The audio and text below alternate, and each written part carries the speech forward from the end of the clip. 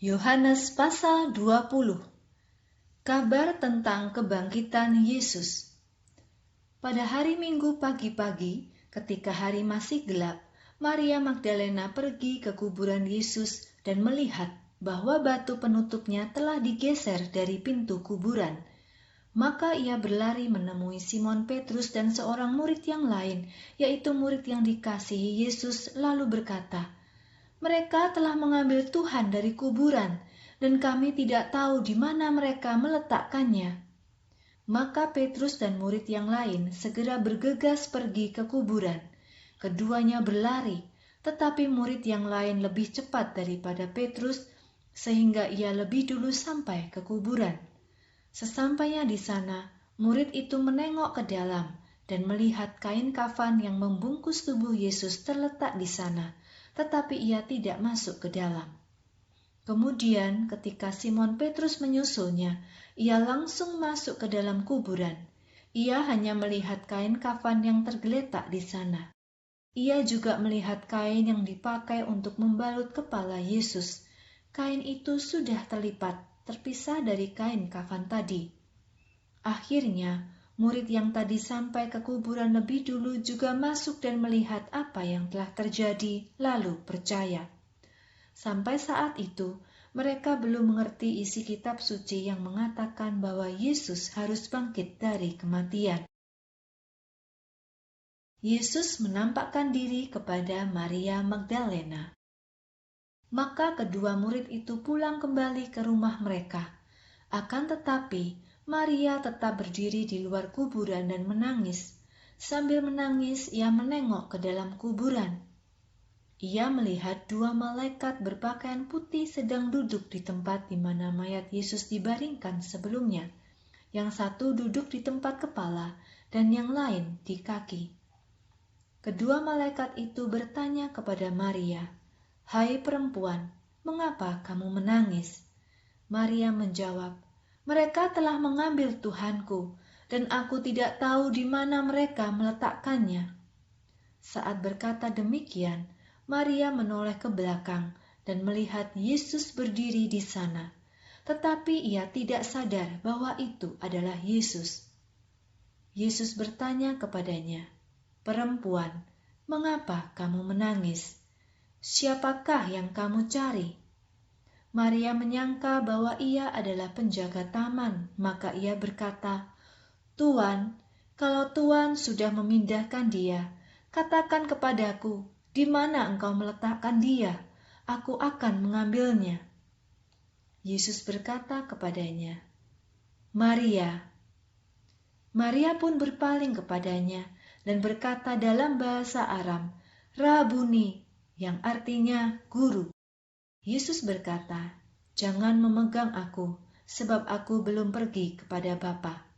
Tetapi pergilah kepada saudara-saudara yang lain, dan katakan kepada mereka bahwa aku akan pergi kepada Bapakku dan Bapamu, kepada Allahku dan Allahmu." Maria Magdalena pun pergi dan memberitahukan hal ini kepada para murid. "Aku telah melihat Tuhan," dan ia juga menyampaikan hal-hal yang Yesus katakan kepadanya. Yesus menampakkan diri kepada murid-muridnya. Pada minggu malam itu, para murid sedang berkumpul bersama. Mereka mengunci pintu-pintu di rumah itu karena takut kepada para pemimpin Yahudi. Tiba-tiba, Yesus berdiri di tengah-tengah mereka dan berkata, "Damai sejahtera bagi kamu." Setelah berkata demikian, Yesus menunjukkan kedua tangannya dan lambungnya kepada mereka. Para murid sangat gembira melihat Tuhan bersama mereka. Yesus berkata, "Damai sejahtera bagi kamu. Sama seperti Bapa telah mengutus aku, demikian juga sekarang aku mengutus kamu." Setelah Yesus mengatakan hal itu, ia meniupkan napasnya kepada mereka dan berkata, "Terimalah Roh Kudus. Jika kamu mengampuni dosa-dosa siapapun, dosa-dosa itu akan diampuni. Jika kamu menahan pengampunan dari siapapun, maka dosa itu akan tetap ada." Yesus menampakkan diri kepada Thomas. Tetapi Thomas yang disebut Didimus, salah seorang dari ke-12 murid, tidak bersama dengan mereka ketika Yesus datang.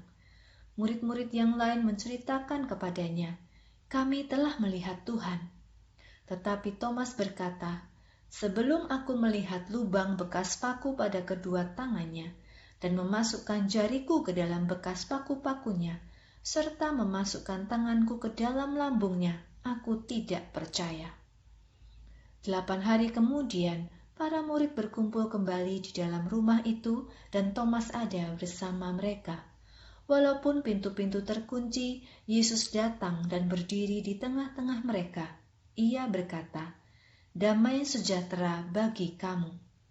Kemudian ia berkata kepada Thomas, "Letakkan jarimu di sini dan lihatlah tanganku. Ulurkan tanganmu dan masukkan ke dalam lambungku. Jangan lagi kamu tidak percaya, tetapi percayalah." Thomas menjawab Yesus, "Ya Tuhanku dan Allahku."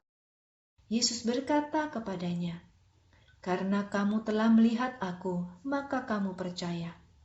Diberkatilah mereka yang belum melihat tetapi percaya." Tujuan Yohanes menulis kitab ini. Ada banyak perbuatan ajaib lain yang Yesus lakukan di hadapan murid-muridnya yang tidak dicatat dalam kitab ini. Tetapi semua itu dicatat supaya kamu percaya bahwa Yesus adalah Mesias, Anak Allah.